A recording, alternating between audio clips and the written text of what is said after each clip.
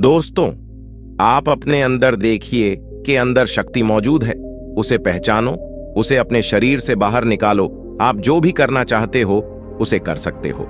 एक विजेता बनना कोई मुश्किल काम नहीं है। हर व्यक्ति एक विजेता है। गौतम बुद्ध को कैसे मिला ज्ञान? राजा के यहां बुद्ध का जन्म हुआ। पिता ने ज्योतिषियों को बुलाकर भविष्य पूछा। उन्होंने कहा, या तो यह सम्राट होगा और या तो यह साधु होगा। एक तरह से देखा जाए तो सच्चा सम्राट भीतर से साधु ही होता है। जब ज्योतिषियों की भविष्यवाणी राजा ने सुनी तो वे घबरा गए कि मेरा बेटा साधु हो जाए, ऐसा ठीक नहीं होगा। राजा ने पूछा, कोई उपाय बताए, क्योंकि मैं चाहता हूं कि राजा का पुत्र राजा ही बने।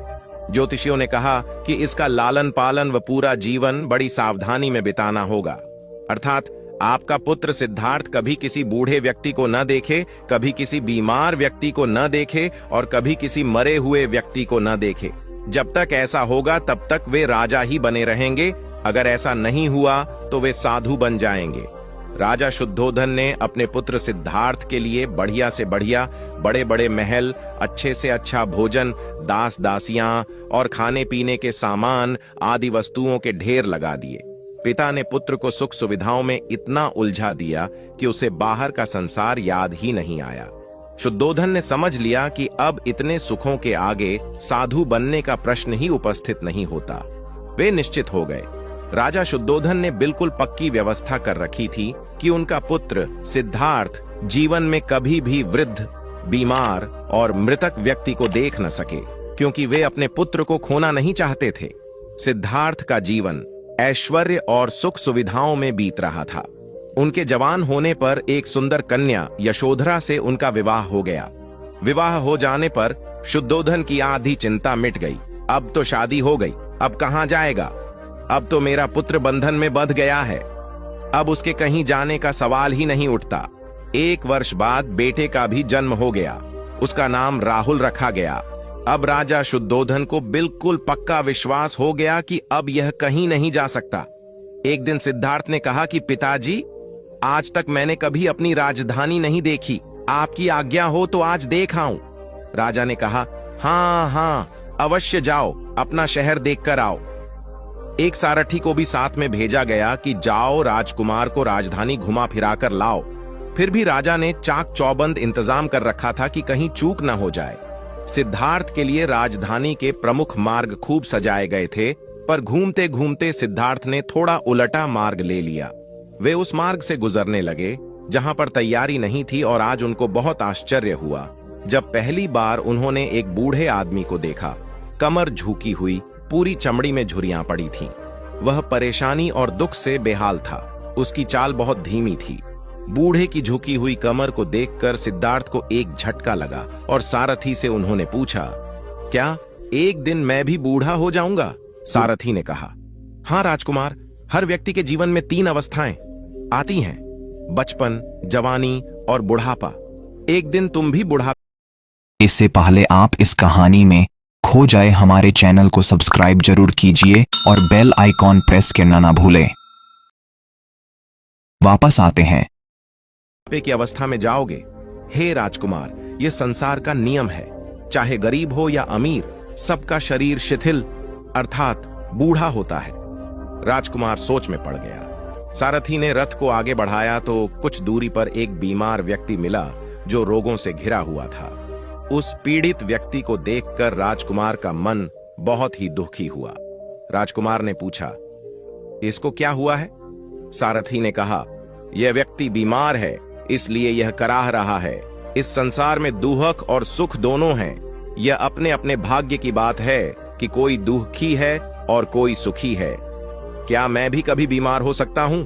सारथी ने कहा, आप यह विचार अभी छोड़ दें। समय बड़ा बलवान होता है। ये सारी बातें कर्मों पर निर्भर करती हैं। चाहे राजा हो या रंक, सुख दुख सब पर आते हैं। अगर शरीर में कोई रोग आना है तो वह आएगा। यह सब सुनकर राजकुमार सोच में पड़ गया। सारथी ने रथ को कुछ आगे बढ़ाया तो सामने से 4 कंधों के ऊपर एक अर्थी को जाते हुए देखा। राजकुमार ने ऐसा पहली बार देखा था। उसने सारथी से पूछा, यह क्या है? यह आदमी मर गया है, यह मुर्दा है। जो व्यक्ति मर जाता है उसको बांधकर श्मशान भूमि में ले जाते हैं, फिर वहां पर उसे जला दिया जाता है। राजकुमार ने कहा, क्या सबको मरना पड़ता है? हाँ, सबको मरना पड़ता है। यह मृत्यु लोक है। जो जन्म लेता है उसे कभी न कभी अवश्य ही मरना पड़ता है। तो इसका मतलब यह हुआ कि ठीक इसी तरह से एक दिन मुझे भी मरना होगा। मेरी देह भी मुर्दा होगी और मुझको भी 4 कंधों पर उठाकर ले जाया जाएगा। मुझको भी ऐसे ही रस्सियों से बांधा जाएगा।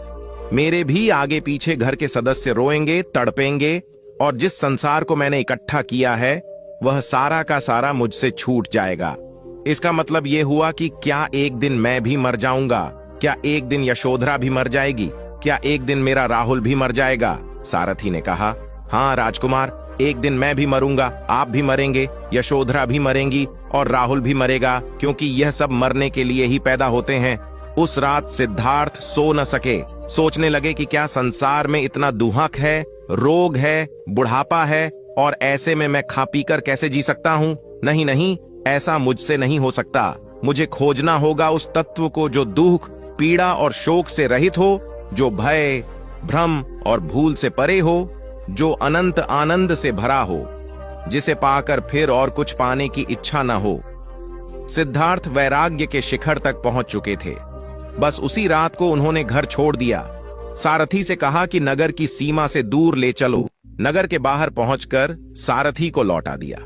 फिर कई दिनों तक वन में चलते गए। एक घने पीपल के वृक्ष के नीचे आसन लगाकर ध्यान में लीन हो गए। गौतम बुद्ध ने समझाया, ज्ञानी आदमी कैसे अपने ऊपर शासन करना जानता है।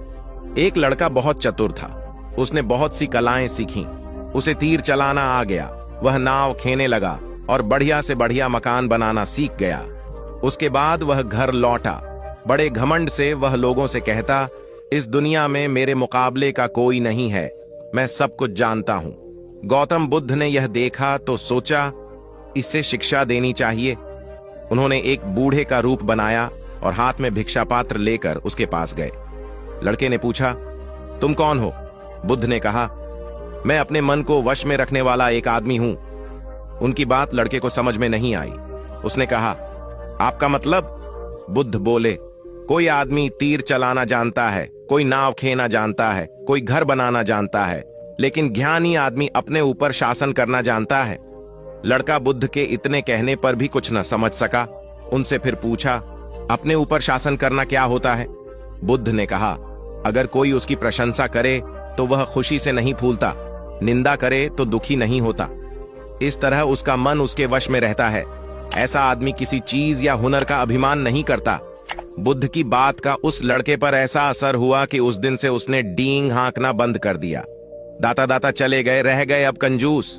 दान मान समझे नहीं, लड़ने को तजबूत। मन का निर्माण जानकारी से होता है और हमारे शरीर में जानकारी के 5 प्रवेश द्वार होते हैं। पहला, आंख।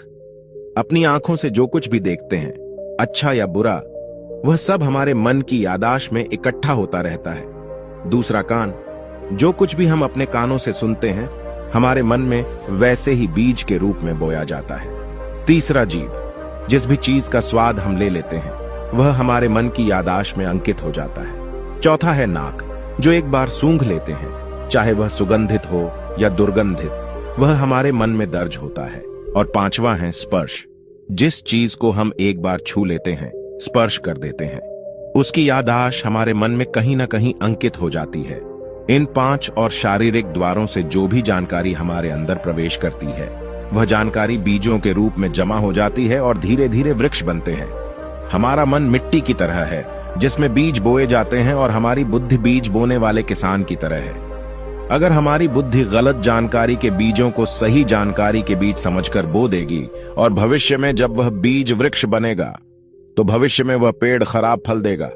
हमारा मन एक उन्नति के काबिल किसी खेती की तरह है जिसमें हम जो भी बीज बोते हैं वह हमारे अंदर उग जाते हैं। जैसे कि एक किसान ध्यान से सही बीज चुनकर उगाता है ताकि उसकी फसल भरपूर और फलदार हो, हमें भी अपने मन को सच्चे और सकारात्मक विचारों से सजाने की जरूरत होती है। जैसे कि एक माली अपने उद्यान की देखभाल करता है, हमें भी अपने मन की देखभाल करनी चाहिए, सच्चे विचारों, अनुभवों और जानकारियों से इसे पोषित करके। इस तरीके से हम अपने अंदर एक समृद्ध भावनाओं, समझदारी और विकास के वृक्षों को खूबसूरती से फूलने देते हैं। तुम्हारा मन तुम्हारे बस में इसीलिए नहीं है क्योंकि तुमने पहले से ही अपने मन में बहुत सारे गलत बीज बो रखी हैं और अब वह बीज बड़े वृक्ष बन चुके हैं। वह से तुम हर दिन अपने पेट को अच्छा खाना देते हो, ठीक उसी तरह हर दिन अपने मन को भी अच्छी जानकारी और सही विचार दो। जीवन में हर दिन हर पल तुम्हारे सामने दो विकल्प होंगे, जिनमें से एक सही होगा और दूसरा गलत, लेकिन तुम्हें हर बार सही विकल्प का चुनाव करना होगा। हमेशा याद रखना, सही चुनाव करने से तुम्हें अंदर दुख हो सकता है, तुम तकलीफ भी हो सकती है, लेकिन वह तकलीफ कुछ समय के लिए ही होगी। तो चाहे अंदर तुम्हारे कितना भी दर्द हो, तुम्हें हर बार सही विकल्प का चुनाव करना होगा। जितनी बार तुम सही चुनते हो, उतने ही अधिक सही बीज तुम्हारे अंदर बोए जाएंगे, और जिस दिन तुम्हारे अंदर सही बीजों की संख्या गलत बीजों की संख्या से अधिक हो जाएगी, उस दिन तुम्हारा मन तुम्हारे नियंत्रण में होगा। लेकिन उस दिन के लिए तुम्हें आज से ही अपने प्रयास को जारी रखना होगा। अगर आपको यह वीडियो पसंद आया हो तो इसे लाइक और अपने दोस्तों और परिवार के साथ भी शेयर करें। नमो बुद्धाय।